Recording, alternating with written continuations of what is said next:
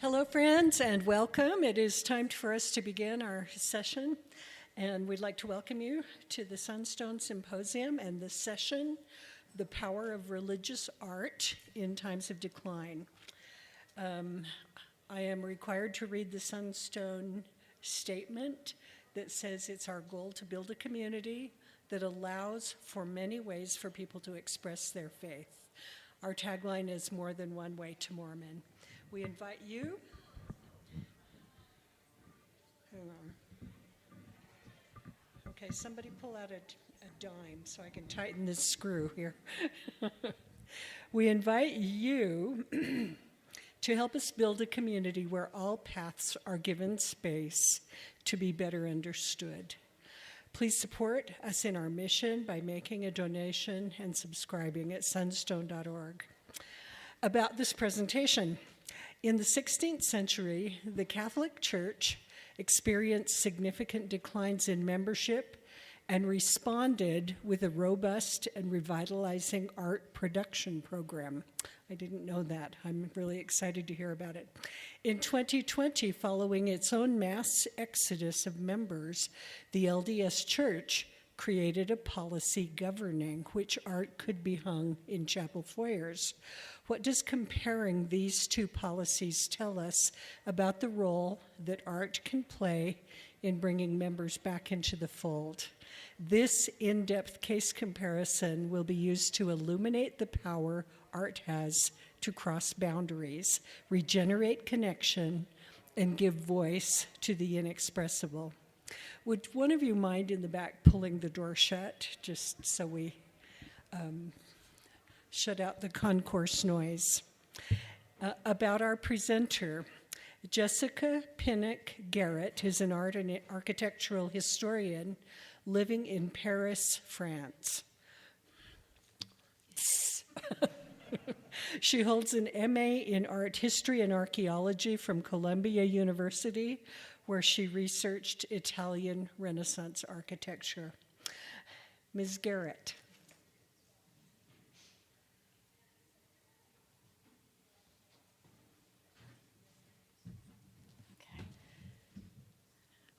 Well, first of all, thank you guys for all being here. This is not my first time visiting Sunstone, this is my first time presenting at Sunstone.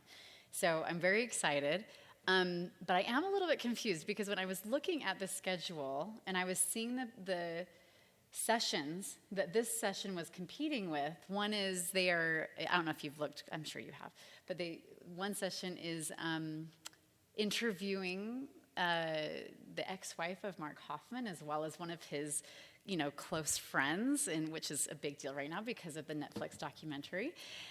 And then another one was turning on your female sexual self. And I thought, well, surely no one will come to this session if those are the options. So I asked some friends and family to come, and I thought it would just be yes. But I'm very happy to see that there are faces that I haven't met yet, and I'm glad that you're here. And I'm very excited to talk about something that is near and dear to my heart, which is religious imagery.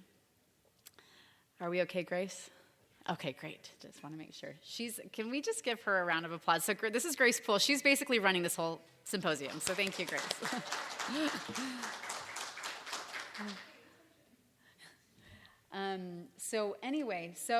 As a brief, and thank you, Claudia, for the introduction. Thank you for that. And as Claudia said, I am an art historian, and specifically my interest has been in the Italian Renaissance. So you can't study the Italian Renaissance without studying a lot of religious imagery. And so I've been kind of neck deep in that throughout my studies, but also as an educator, that was something that I did I did it at a secondary level as well. So I'm really passionate about it. And then when the church released this policy that we're going to talk about, I got really, really excited because it just gives us something to talk about. And so it brought together, in a way, my professional background with my religious background. So I'm really, really excited to talk about it.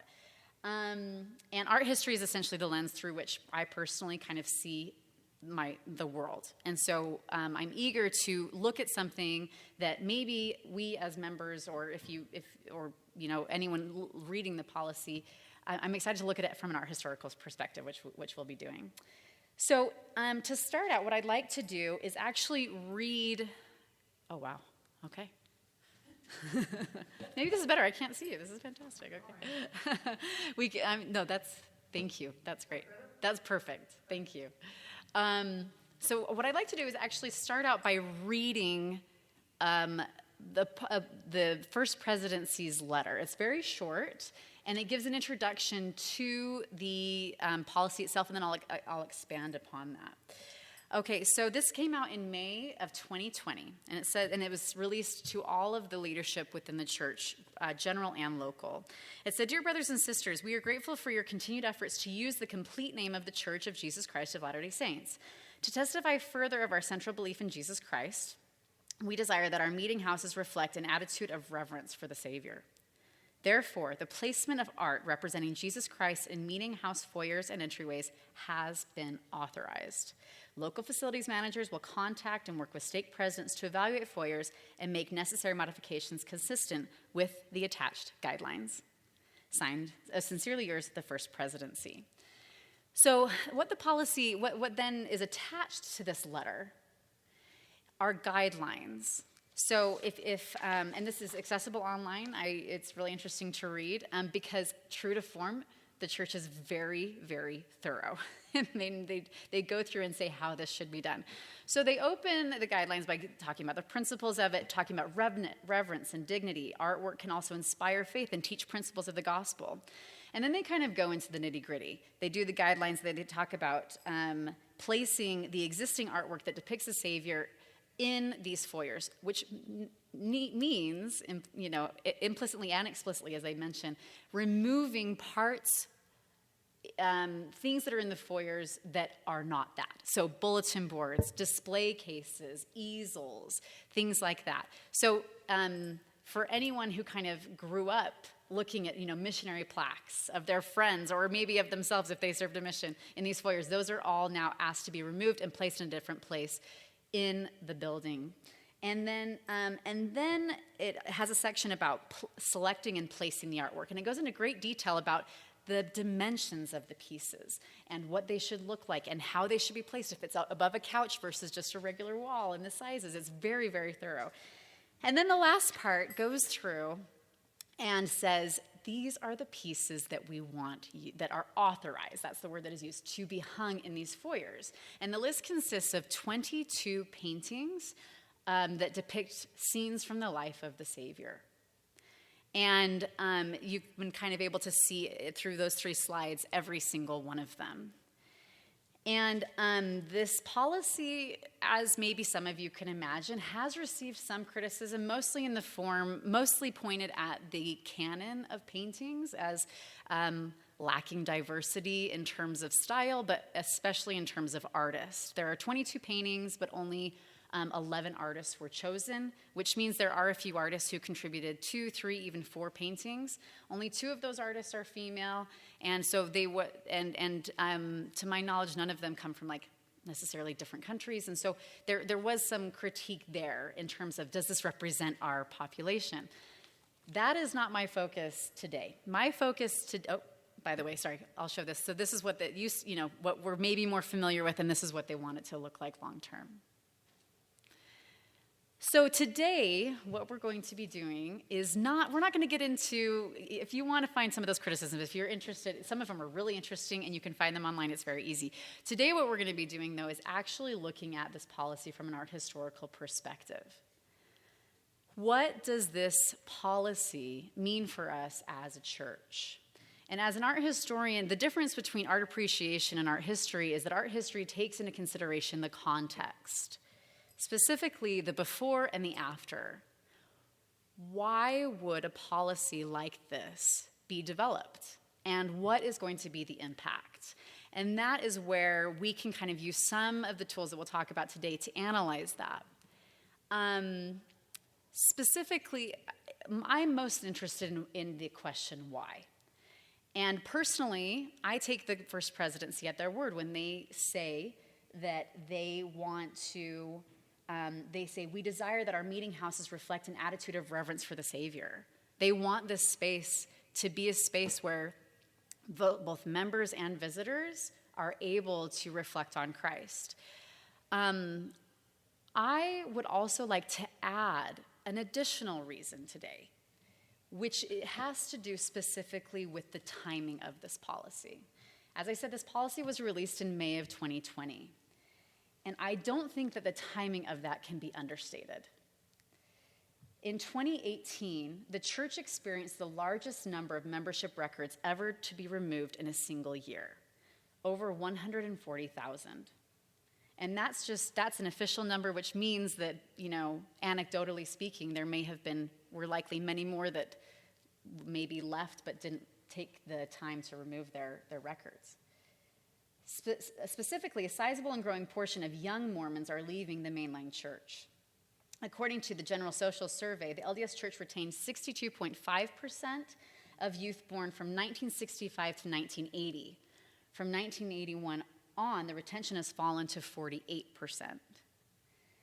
Then, in 2020, the church experienced the lowest growth rate since 1857, which was the year of the Mormon Reformation under Brigham Young.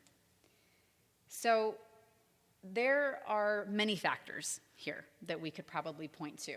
Controversial policies that were released, specifically maybe with social issues having to do maybe with the excommunication of leaders of the ordained women movement or the LGBT community.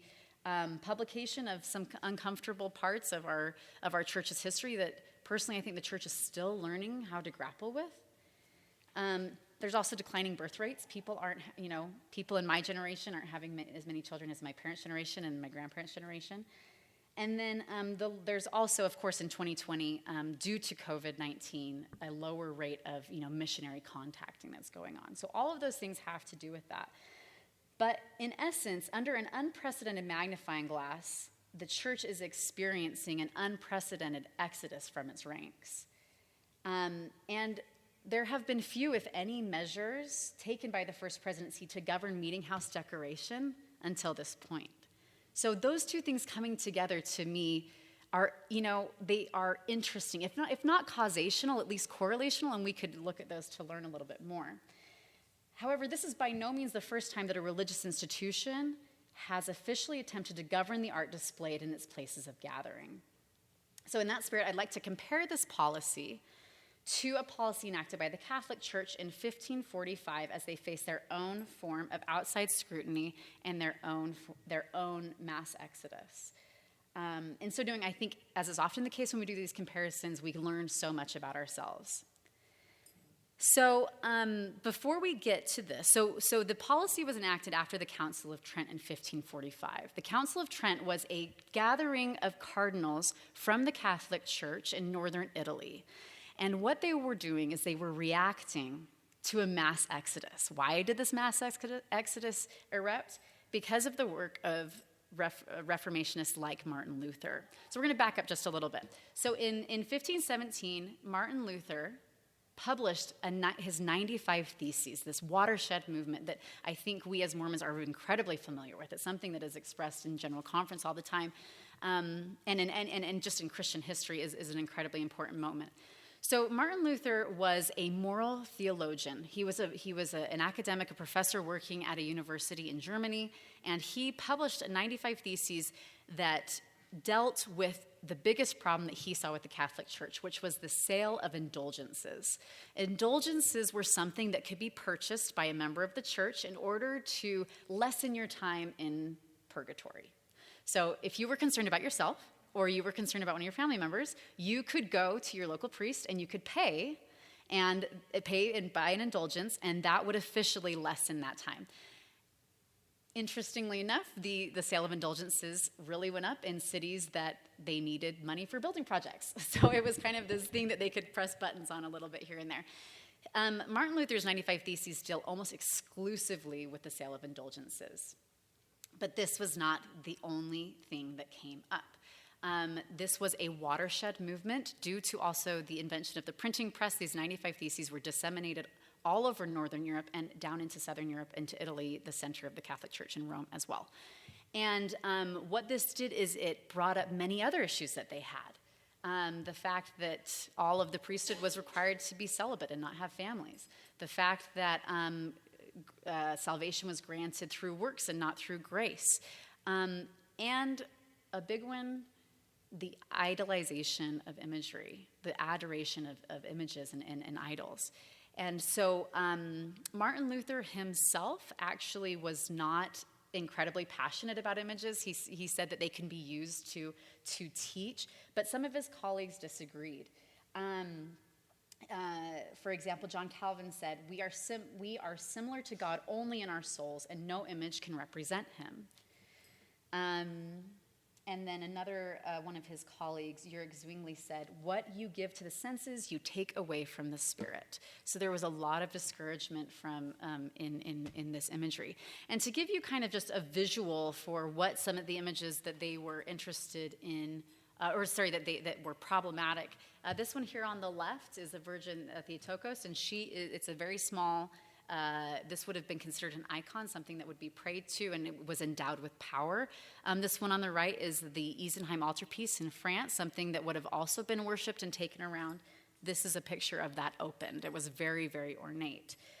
So although Martin Luther maybe didn't have a lot to say about images, his followers did, and this led to mass iconoclasm, which is the destroying of images. So many images were destroyed or defaced, and many were burned in kind of the heat of this religious reformation. So you can imagine that, well, as we know, this led to a schism with Christianity as it was known at the time, with the Catholic Church versus the Protestant Church. This is the church right here, All Saints Church in Germany, where Martin Luther tacked his 95 Theses. And then this is St. Peter's, the center of the Catholic Church today. So going back to the Council of Trent, in 1545, the Catholic Church and the cardinals came together and said, what do we do about this? We need to do something. And they held this council over the course of the next 2 decades continually. And what came out from that, and what concerns us most today when we're talking about imagery, was writings from these different cardinals, specifically in a cardinal by the name of Carlo Borromeo. And he published many writings that dictated what art should be. If we want to use art as a tool, as a weapon to combat this mass exodus that we're facing, it needs to be 3 things. Art needs to be, first of all, clear, simple, and intelligible. This was something that was incredibly important at the time because the vast majority of members were illiterate. So their way of learning about the stories of the Bible was through imagery, not through reading the Bible. The second thing it needed to be realistic in interpretation. Relatable, something that people could see and understand. And lastly, perhaps most importantly, emotional, stimulating the viewer to piety, to adoration, to feeling the spirit of God. So, what did this look like? Now, it's impossible for us to really know. We do know that the Counter-Reformation worked. We do know that at the height of the Reformation, the numbers, we know those, and then we also know them later, about 100 years after the Council of Trent. We do know that the efforts from the Counter-Reformation worked. Was this all due to the art? Of course not. There's no way to exactly assess that. But what we do know is that this policy changed the art world, specifically in Italy, that it had a lasting impact on the art. It characterized the art that was created during the 1600s. So what did that art look like? So here are 2 images. I'm going to actually be sharing 2 major artists, probably the 2 artists of the Counter-Reformation, or as we know it today, as of the Baroque era, stylistically speaking.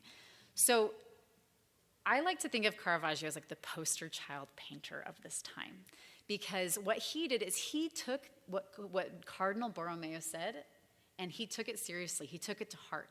And what he decided is that the art that he would create would fulfill this he was almost overkill. So here on the left, we have the conversion of St. Paul. So you can see in this painting that St. Paul, he's fallen off of his horse in a moment of kind of spiritual awakening. A light has come down, it's hitting him. He's kind of falling into our space. On the right, we see the death of the Virgin Mary, surrounded by apostles. So these paintings, Caravaggio was able to use a number of tactics to accomplish what the church wanted him to. One was the use of something called chiaroscuro, which is the balance of light and dark, bringing figures into having a very severe balance between light and dark bringing them into our space that way. The other thing that he used real life models. And this is something that was new, in fact, and it was also criticized. It said that the woman who portrayed the Virgin Mary on the right was actually his mistress. So you can imagine that this received a little bit of blowback. But so again, he kind of did this to overkill. But to highlight how intensely emotional and kind of energetic, like dynamic these paintings are, we can also look to paintings of Christ. So this is Doubting Thomas. And I love this example because what Caravaggio has done is he's taken a moment in the Bible where Thomas has been told that Christ has been resurrected and he's come back in the flesh. And he doesn't believe it. And he wants to see and feel it for himself. And so what he's done is he doesn't depict the moment where Thomas is doubting. He doesn't depict the moment where Thomas finds out that it's true. He depicts the moment, the physical moment where Thomas is asked and even encouraged by Christ to stick his finger into the place where Christ was stabbed, to know that it is true, what he's been told is true.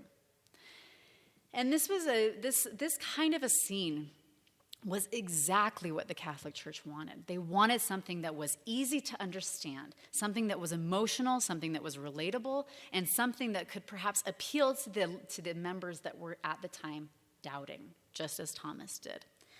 And to understand, and so this is just one more that I'll show you really quick to show kind of the realism. Here is the entombment of Christ. You can see his apostles are carrying him. Their feet are dirty. Why? Because the apostles were poor. This is what they would have looked like. And this painting is incredible because if you see it from in real life, it's up here and Christ is falling into you.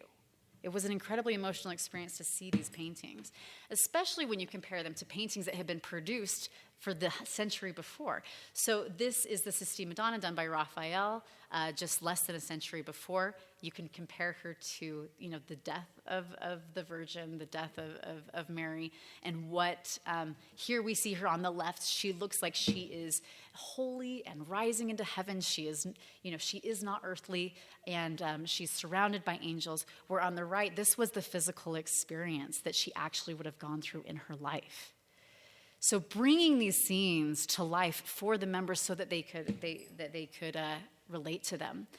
This is another scene done by Raphael, just to kind of do a close-up. Most of the apostles before the time of Caravaggio would have been pictured. This is called the School of Athens. It's in the Vatican in Rome, the center of the Catholic Church. Here they're dressed. This is Plato and Aristotle. These are not saints or apostles, but this is what they would have looked like in the Renaissance, in the period of time before the Counter-Reformation. They're dressed in robes. They look kind of idealized. Meaning that they look like they're perfect human forms. Where on the right, what Caravaggio is doing is he's accentuating their humanness. The dirt on their feet, the wrinkles on their foreheads, the tears in their clothing. Another artist of the time was Bernini, so he's kind of the poster child sculptor of this period, and this is a sculpture of David slaying Goliath. Now, today we might look at this sculpture and go, oh, that's interesting, but when we compare it to the versions of David before this, we understand how incredibly radical this sculpture was at the time. So to go back, this is David by Donatello in 1408. 100 years later, this is David by Michelangelo. On the left, we see him over the head of Goliath after he has slayed Goliath. On the right, we see him in the very moment before. However, what Bernini has decided to do is he has actually caught David in the moment. And what was very characteristic of Bernini's sculptures, but also characteristic of these sculptures after the Counter-Reformation, in this Baroque era, in this time when they were trying to bring members back, is that these sculptures were moving and that they were dynamic. In order to see the full story of what's going on with David, you have to walk around the sculpture. You have to see what's going on to get the full picture. It requires something of you. I like to kind of show this close up too. You get to see even in his face, it's not ideal. He is not this person that we can't relate to in a different sphere. He's in our space. And if we kind of show it here again, we see when we encounter it, we also inhabit the space even of Goliath. and it looks as if he's going to swing right towards us. So it was incredibly involved. This is another sculpture by Bernini called The Ecstasy of St. Teresa. And St. Teresa was a saint actually living just prior to this, during this time. She was semi-contemporary, which is why I like to show this one. It wasn't just about stories from the Bible. It was about depicting the stories of believers and saints of the time period to kind of show those that were doubting, those that were wondering, hey, no, these experiences can still be yours today. And this is her receiving the Spirit of God. It was done in this setting. Baroque art is also very much over the top. It's very theatrical. It's very involved. It's an incredible experience that way. So on the left and on the right, on the left and on the right, we see a sculpture of different viewers watching this experience happen as if they are in a theater. Some of them were the patrons of this piece. And then lastly, when we're talking about architecture, they didn't just touch painting and sculpture, they also touched architecture. And this is something that Cardinal Borromeo was incredibly interested in. So this is a picture of Santo Spirito done by the architect Brunelleschi in Florence, as you can tell, 1481, so before this happened. This is what Renaissance architecture looks like. Very ordered, very symmetrical, very focused on shapes like the arches, and you can tell in the ceiling the little rosettes, focused on those types of things. If there was imagery, it was in chapels on the side of this main area. This main area is called the nave, and that was where people would gather to hear Mass. Most cathedrals also and churches had side aisles that you could walk around in. So there was the main area for the Mass, and then beyond these pillars or these columns, you could also have people walking in, going into these individual chapels for worship. After the Counter-Reformation, the Catholic Church established a sect called it was the Jesuit sect, which we know today. And they were, as I kind of like to refer to them, the poster children for the Counter-Reformation in general. And what they did is they created a church in Rome called Il Gesù. And this is what it looked like. So comparing the two of them together is really kind of astounding. So you can tell that it's an overwhelming experience. You walk in and there is imagery everywhere, specifically on the ceiling. What I love so much about this is that it is a stuccoed ceiling.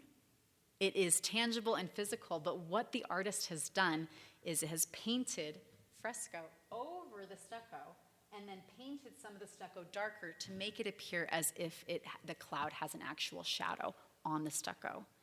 So that in looking up, the viewers would be overwhelmed, stimulated to piety, as we mentioned, by this incredible experience. And if any of you have been to Mass, you know that it is an experience of the senses. You smell, you hear, you sing, you see. It's an incredibly overwhelming experience. So this church definitely did that. So here's kind of a comparison of the two of them side by side. And then one thing that is important to mention in any piece of architecture is looking at the plan or the footprint of the building itself. So here is the plan for Il Gesù. Here is the main nave area that we talked about, and these are side chapels. What the architects did away with in Il Gesù were the aisles, which means when you enter the church, here is Santo Spirito, the one that I showed you, from Renaissance, Brunelleschi that we saw, the gray and the white, and here's Il Gesù. I'm going to do this so that I can come over here. But what we're looking at here with Santo Spirito, these are aisles, which means you could come in the church and walk around and go all the way through without actually having to engage in Mass. With Il Gesù, you don't have that option. You come in, it's a straight line. They've brought the altar a little bit closer to you, and there is a very clear line of authority. There's a very clear line of sight, and it's very clear what you as a member should be doing, which is sitting down, coming, and engaging in the Mass and listening. So comparing those two really shows us how Il Gesù accomplished some of the goals of this Counter-Reformation. Okay, so any questions about that, I guess, before we move on to some of the other, back to the Mormon church, our church? Yes?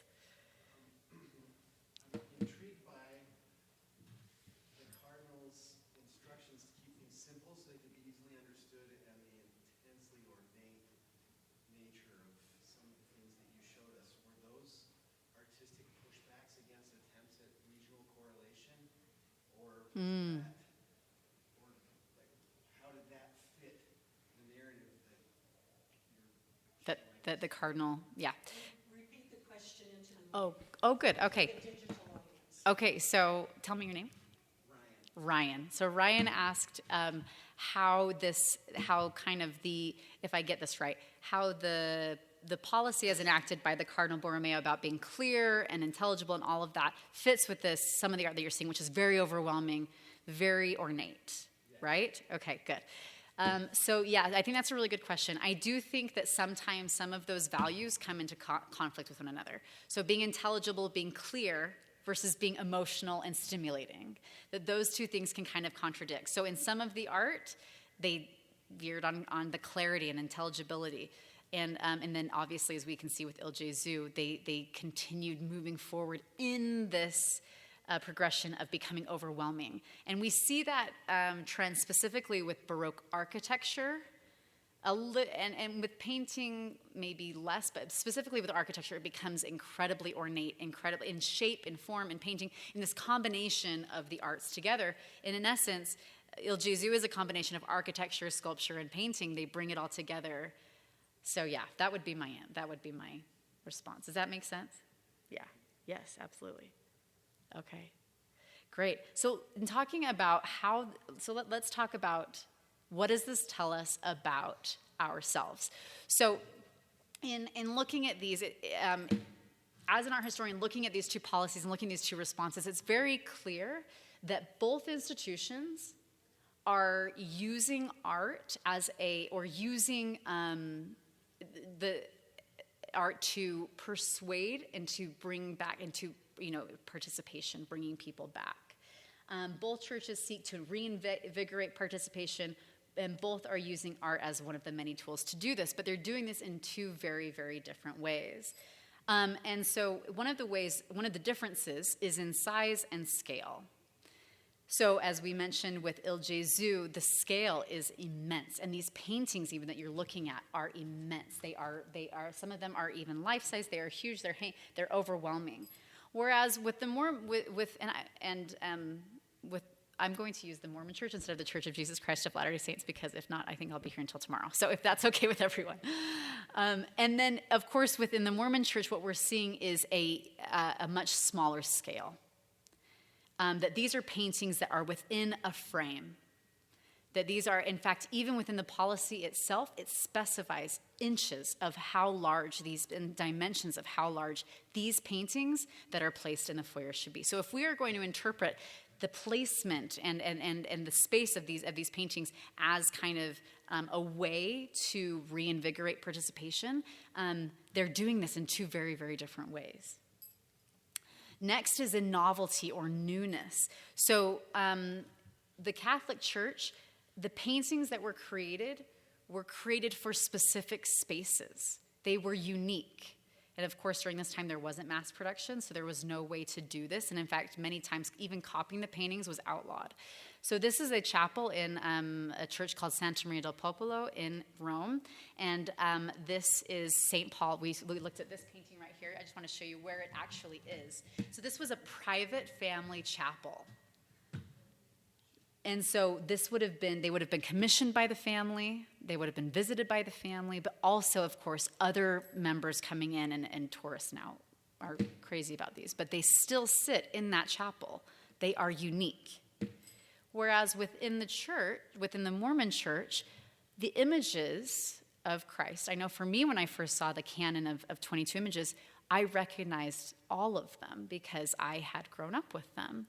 They are images that are disseminated not just in painting form or in prints, because we have the luxury of mass production, but also in pass-along cards, in Book of Mormons, in manuals.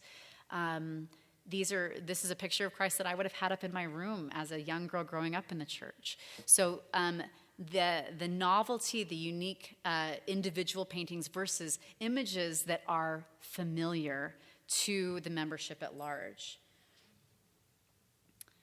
Also, there's a difference in interaction. Here we have, we mentioned with the sculpture of David, they would have had to kind of go around it, even with Il Gesù, having to look around, having to move around. The scale was so massive that it required something of you as a viewer. The interaction here, is very specific within the Mormon Church. This is in the foyer. This is in a space that for most members, you pass through. It's in a space where you are not necessarily spending a lot of time, unless you don't want to be in sacrament meeting, or you have a crying child or things like that. Maybe you'll spend more time here, but this isn't in classrooms. This isn't in offices. This is in a foyer. This isn't a meeting, where it greets you, but it's always in passing. And I think that is clear kind of in this image. And these are all paintings, again, from the approved canon, but you come in here and you pass it, as opposed to sitting and looking, as some of these sculptures and paintings from the Catholic Church, you would be sitting and you'd be looking at them. And lastly, and I think even most interestingly, a huge distinction in the content. So the content within the Catholic Church, they are focusing on the stories from the Bible. They are focusing on stories of different saints, even ones that were contemporary to themselves. And the Mormon Church has made it very clear that the scenes that will be depicted in these foyers are of Christ's life. If there are apostles that are included, they are there because they are part of a discussion with Christ, right? Christ is at the center of each of these works. So now I think this becomes incredibly interesting when we take a short look at our own church's artistic and visual history. So again, kind of a refresher of the paintings that have been approved in this policy. We're going to kind of stick again with this idea of content, what is in the paintings. When I first looked at the policy, I thought, yes, this seems kind of normal. These are images that I've seen all the time. When I dove a little bit deeper into our own visual history, what I realized is that this is very, very different than where we've been in the past. From the very beginning, Mormon artists have always been, focused almost exclusively on church history, on scenes of church history. So these are the first two artists that we kind of are the earliest artists in our history. So the one on the left, Sutcliffe Maudsley, this is the portrait painting of Joseph Smith, and then William W. Major. These are two English converts that came over, and I'm sure, I know that I recognize this portrait of Joseph Smith. This is something that would have hung actually in their home, and then here's Brigham Young and his family. So portraits of early church leaders.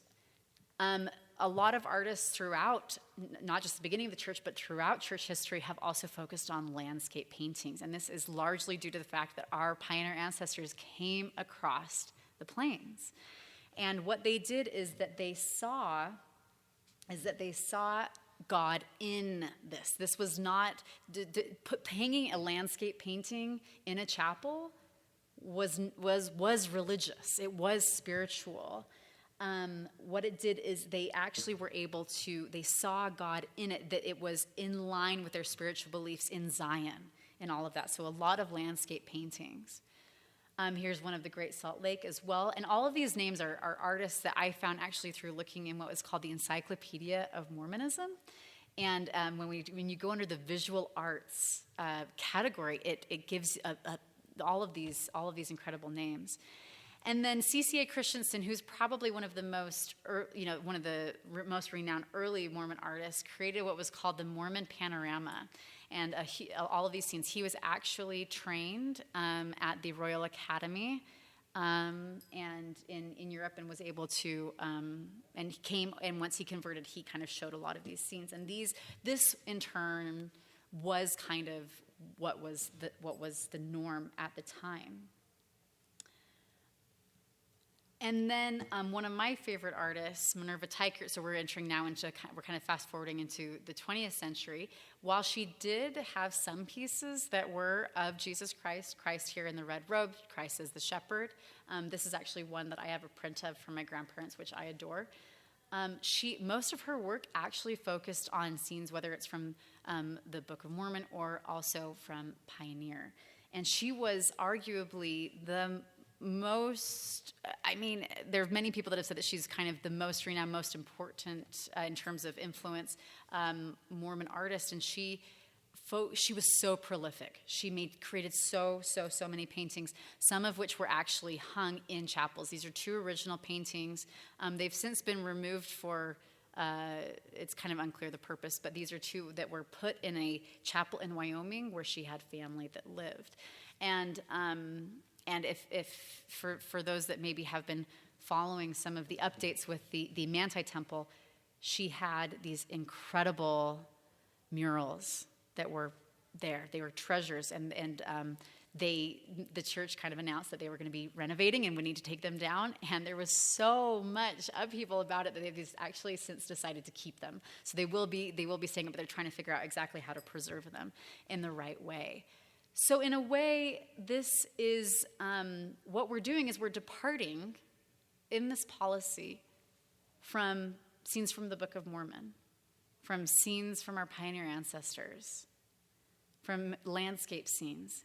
And what we are doing is we are turning our visual culture within those, at least that entryway, to Christ, to scenes of Christ.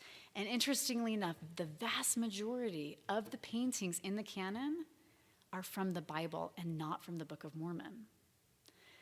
And I find that, as an art historian, fascinating that at this moment that we are attempting, that we are facing a lot of scrutiny, that the first presidency and their decisions, they're under a magnifying glass, that they have chosen to release this policy that must have been at least a year or 2 in the making, maybe longer, at this time, and that this is a policy that is governing the entry point of our chapels.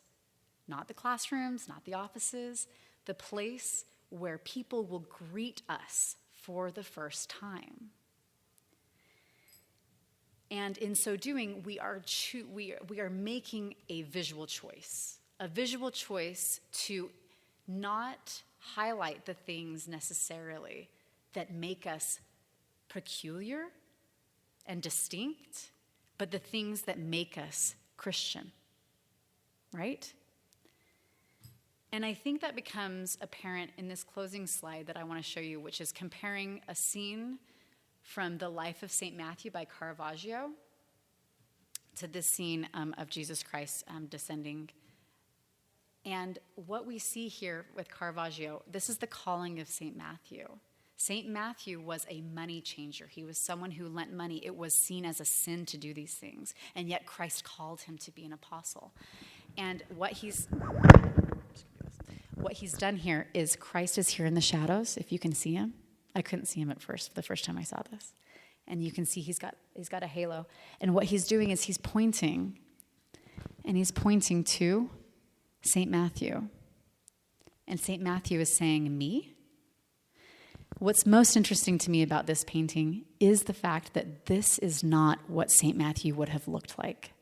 This is not garb that was contemporary to Christ. This is garb that was contemporary to the Counter-Reformation. And what he's doing is he's pointing, he's saying, yes, you, money changer, you, sinner, come, even you. And what the Catholic Church did is that they went deep into this story from the Bible in order to appeal to a broader audience. And then what we have done within the Mormon Church is in order to appeal to a broader audience, in order to when people come in or they don't feel comfortable in sacrament meetings, so they want to go sit in the foyer, or it's the first time that they've come in and so they don't really know what our church is about, or they've left and it's their first time coming back in a long time. The first images that they're going to greet them are of Christ.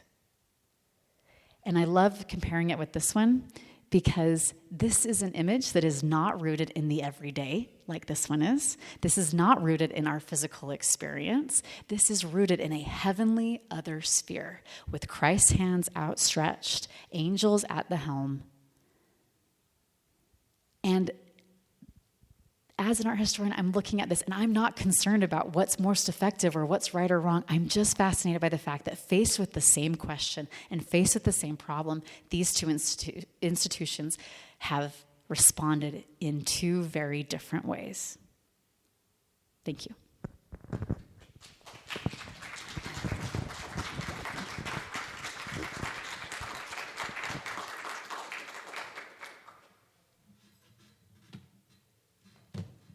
Thank you so much for that interesting presentation and for the stimulating premise. We appreciate that. We have a few minutes. If any of you would like to ask questions, come up to the microphone. We have to play to our digital audience as well. Briefly introduce, and you tell us your name and then ask your question. Speak slowly and legibly. And I have one question submitted. I have a couple of questions submitted online. The first one says, do you have any idea how this affects art in the temples? That's a really good question. I do know that I do know that right now, as I stated with the Manti Temple, but also with the Salt Lake Temple, that some of those original pieces that are very that are landscape or that are pioneer oriented, a lot of those are being taken down in terms of renovation. Because this policy only governs the foyers, I don't imagine that it will specifically govern the temples. Do any of you happen to know any information about what's art like in the temples? Okay. Next question. Why do you think the LDS Church now places so much value on uniformity of art in its buildings? Is there a Mormon folk art tradition that could be revived? Maybe I should ask the audience. I mean, I have thoughts, but are there any thoughts about why we would be going towards something more uniform as opposed to more, as I said, peculiar? Sarah? One thought that I had was... Would you mind giving your answer into the microphone? This is for the archives. Oh, well, I really, first of all, love the presentation. And I think it is like for me, kind of sad in seeing our art history within the church and being curious where that fits. And I think one thing I've thought about when I was looking at this is kind of when the church is attacked, a lot of it is through its history and through its past. And so I wonder if there's kind of been a turn to like point towards Christ to kind of be like, okay, kind of, I don't know. It's kind of like we've been pushing out our history because there have been things that we don't understand or unclear. And so it's kind of like, well, let's point people to Christ because this is the center of our values. But I also wonder where the place is for our history and embracing these people that did what they thought was right in their faith. I don't know if I answered the question. Those were my thoughts. No. Very good thoughts. But to build on that just a little bit, maybe it goes along with the push to become an entirely Christian denomination, as also evidenced by changing how we refer to the church, and I mean, so it's not, it's maybe one piece of a larger puzzle or a larger movement. And there's one... Sorry, just to add to that, Claudia, too, one thing I was just going to mention so quickly is that I think that there have been, as you said, there's like a broader movement to do this. I think there are parts of our tradition. So, for example, the pageants are going away. Right. So there's these very particular parts of our Mormon culture, our visual and artistic experience that are going away. And so I think you're right, in terms of a broader movement, there are many things you could point to as examples of that. Right. If any of you have questions, now would be the moment. Come on up.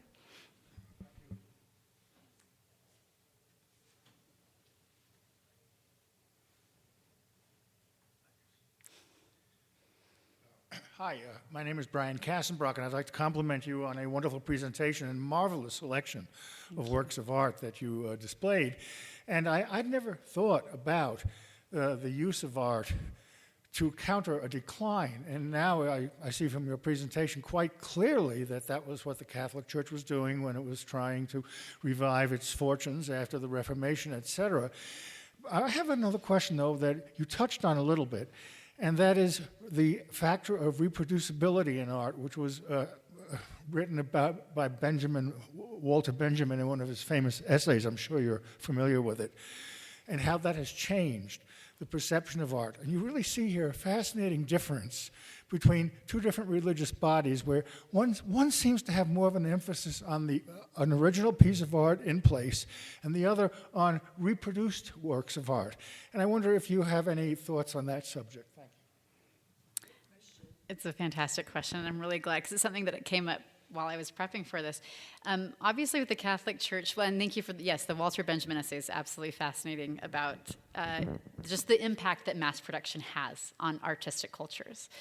And but one thing that I was thinking about is that, within the Catholic Church, they didn't have a way to mass produce. So in a way, they didn't have an option to say, oh, do we commission individual, unique pieces of art, or do we kind of have a liturgical art, meaning do we have images that we place everywhere?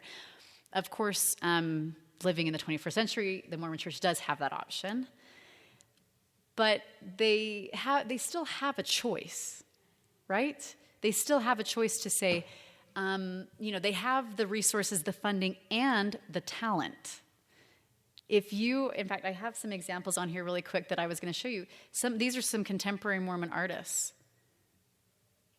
that are this is The Temptation, just fabulous, very interesting pieces. So they have the ability, they have the resources to commission original art.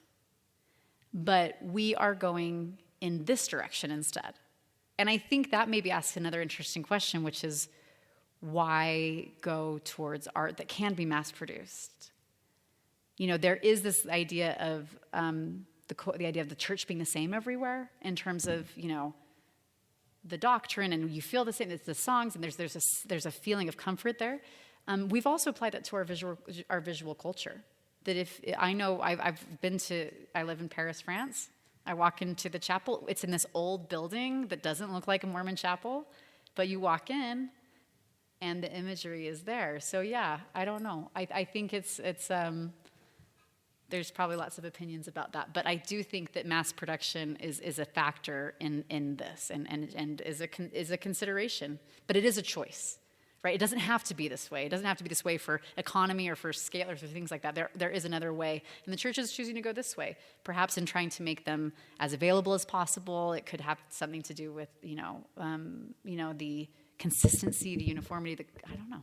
It goes with the question that was asked earlier about uniformity as well, I think. Yeah, Cheryl. I'm just going to say one thing really quickly. In earlier times, this ties into that. Charlemagne did a campaign to unify the performance of chant in all of the cathedrals of Europe, and it was, for him, a tool of political unification, just for what it's worth. Oh, sorry. My question is about the narration that were included, and I think Jessica said 27 moments that were chosen. Oh, 22. In the canon, 22. Mm-hmm. And I would love to have Jessica say, not all 22, because we don't have time, but were there moments in the stories of Jesus Christ that you felt were left out, or that you were surprised that were left in? And was the balance between, moments of miracles or what were they? Yeah, I think that's a really good question. I hadn't thought about that in looking at the canon, but I think, and perhaps I can actually go back a little bit. It might take a second, but so this is just some of them. So I think that within Mormon liturgy, within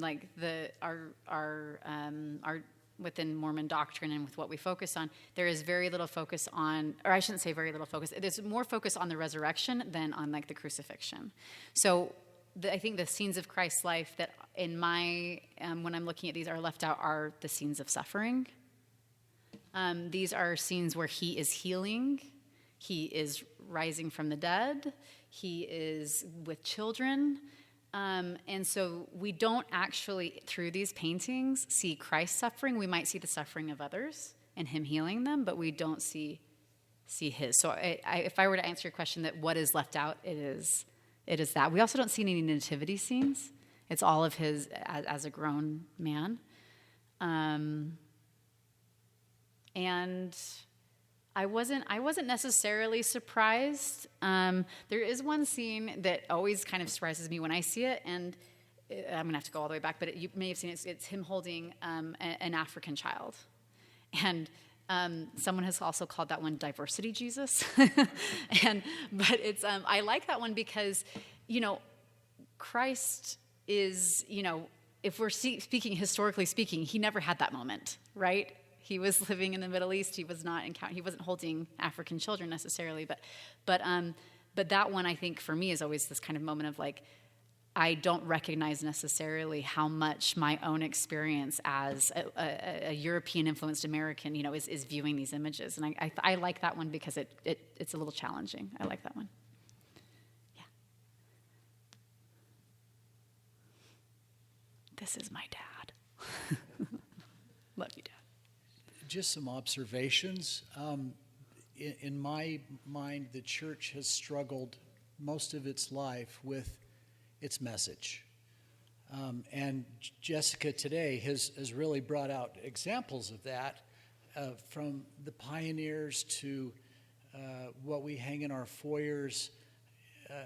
Arnold Freeberg, for example, was in our ward growing up, and we had a beautiful painting of Arnold Washington praying by his horse in our foyer.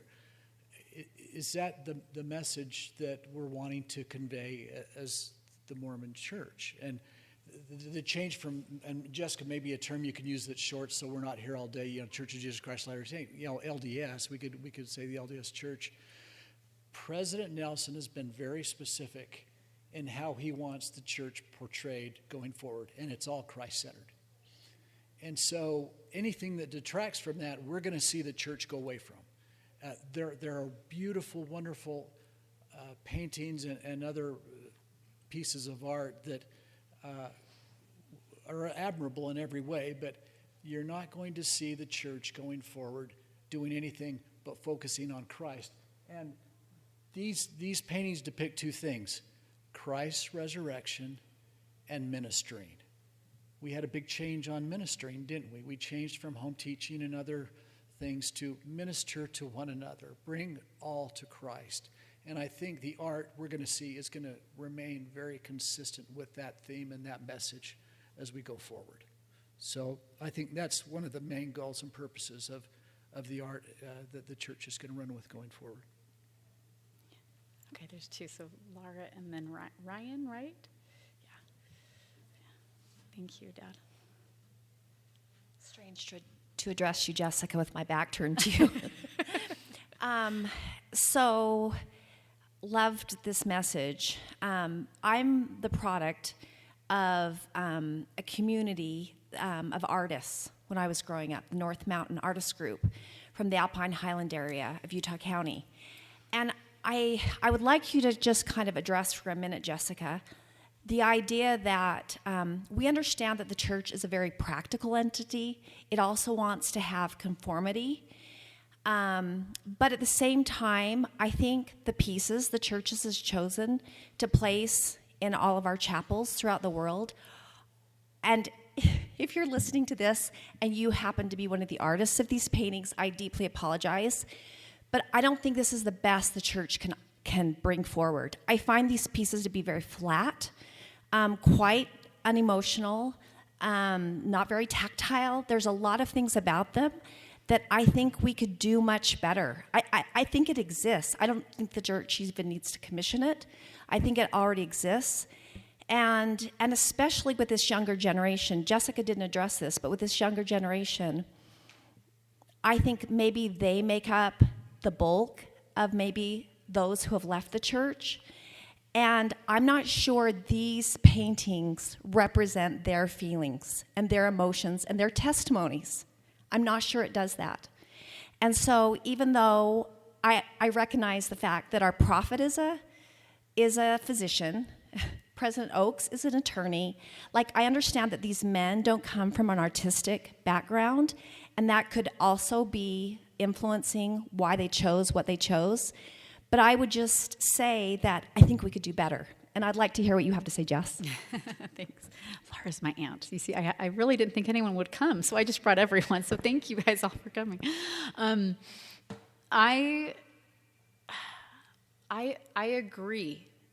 As kind of again, similar to Laura, I grew up in a family of artists and surrounded by paintings. Not quite to the degree that Laura did, but I grew up with this imagery, and I think the thing that I am maybe as a member concerned about in terms of like the selection is the familiarity, that these are all images that I've seen, we've all seen. And yeah, in terms of, I personally think that art is most powerful when it requires something of you. And I'm not sure, maybe because I grew up with them, I don't know, but for me, there aren't very many of these paintings that require much of me. And I think you're right that there is, as I showed you some of those images, I mean, there it does exist. So what is going to be interesting to see moving forward, and this is something that my dad, Larry, touched on a little bit too, is that if this is what the church is saying we want, then artists are going to conform. And I think that for someone who's concerned about a visual culture, that is a concern, And we do have there are options out there. So, yeah, I think that would be my response. Ryan.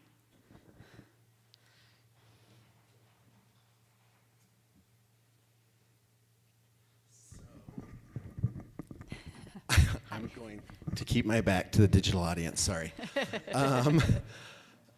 So I have so many thoughts swimming in my head right now that I want to have lead up to a question that feels very pressing to me.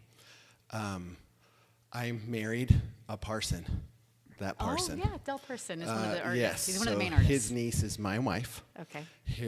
My wife's father is Leon, who paints temple murals. Okay. So one of the comments that I have that's really interesting to me is that while this may be happening in the foyers, this sort of conformity and mass-produced, the church is still investing quite a bit of money in original landscape artwork for the temples, which I had never made the historical connection until you presented those today. I thought that was so beautiful. I'm a musician artist myself. I was on faculty at BYU Idaho for 12 years. I am also one of the 140,000 that resigned in 2018. And I love the church still with all my heart. I don't have a day go by that I don't grieve and miss that to some degree, and yet knew I had to step away for my own well-being. And so when I look at these images, the term that comes to mind and another historical resonance that I see between what you presented about the Counter-Reformation and this is the idea of symbolic annihilation. Because you mentioned that Luther's followers, I can't remember the right word that you used for that, Protestants or Lutherans, they're all that they participated in, can you teach me the word again for defacing the icons? Iconoclasm. Iconoclasm.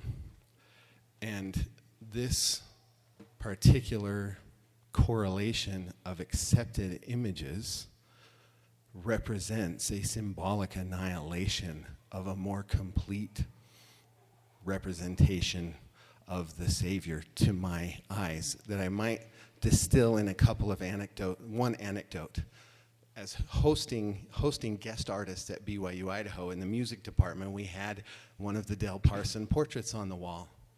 And and twice a guest artist came, saw that portrait and said to me, like in confidence later, without any prompting, they said, I knew that there were churches that had tried to make Jesus white, but I'd never been to one that tried to make him look like Brad Pitt.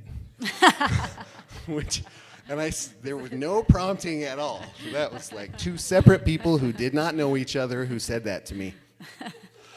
And so it was maybe a humorous, I'm very interested in how do we as a culture address a more substantive and complete and welcoming representation that maybe is less, to me, violent. Thank you, Ryan. And one thing that I wanted to just say even before kind of getting into your comment is that I have many, many dear friends who were also part of, throughout the years have been part of who've removed their records, and not a single one of them. It was one of the most painful things for every single one of them. So my heart is with you. And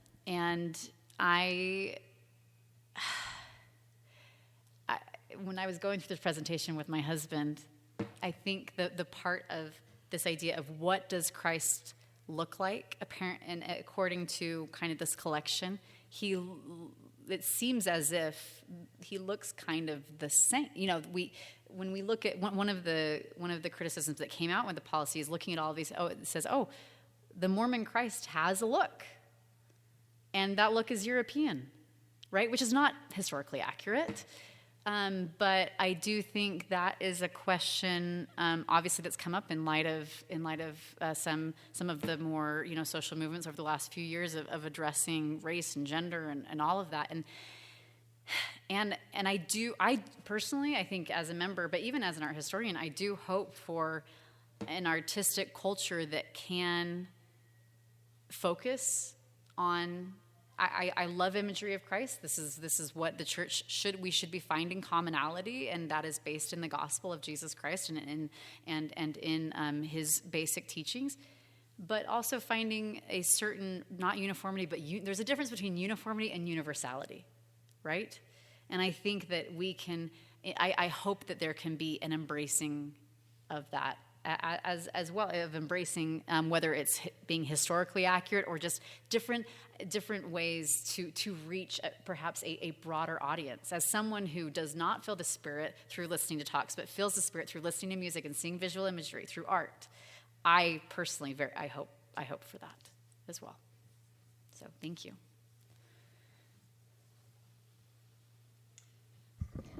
We are just a little bit over time, so I'm thanking you very much for your attendance today and for your intelligent questions, and especially for the amazing presentation that we've heard today. Help me, Kate.